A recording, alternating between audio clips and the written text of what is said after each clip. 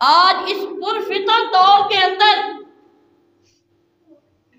ہم دیکھیں تو صحیح کہ حضور تاجدار مدینہ صلی اللہ علیہ وآلہ وسلم نے ارشاد فرمایا کہ جو بندہ میری ایک سنت پہ عمل کرتا ہے، کتنی سنتیں؟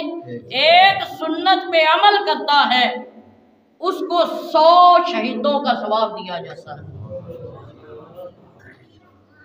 سنت ایک پہ عمل کرنا ہے، 100 شہیدوں کا ثواب ہے۔ شہید کون ہوتا ہے؟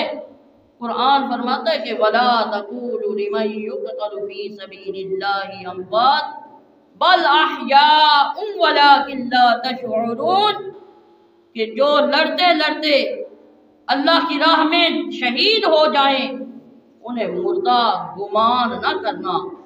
اور شہید کا یہ اعزاز ہوتا ہے کہ شہید بغیر حساب کے جنت میں داخل ہوتا ہے۔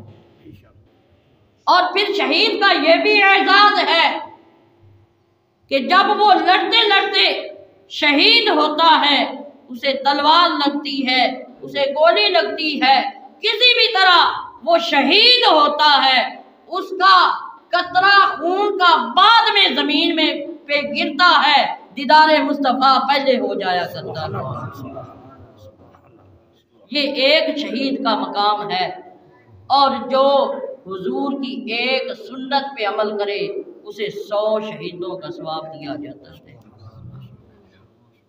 دیکھیے تو صحیح، ہم اپنی زندگی کی طرف غور تو کریں۔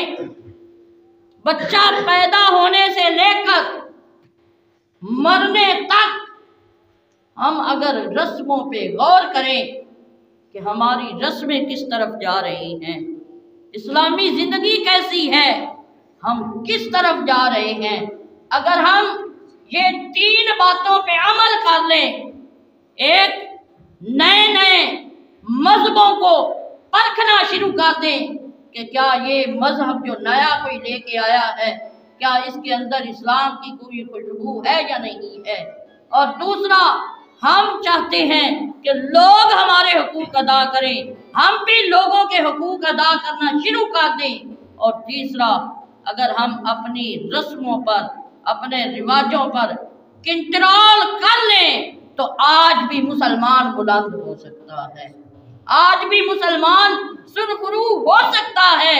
آج بچہ پیدا ہونے سے لے کر مرنے تک ہماری جتنی بھی رسمیں ہیں، اگر ہم ان پر کنٹرول کر لیں تو ہم سرخرو ہو سکتے ہیں۔ آج لوگ ناک کٹنے کی وجہ سے کیا کیا نہیں کر رہے برادری کو دکھانے کے لیے۔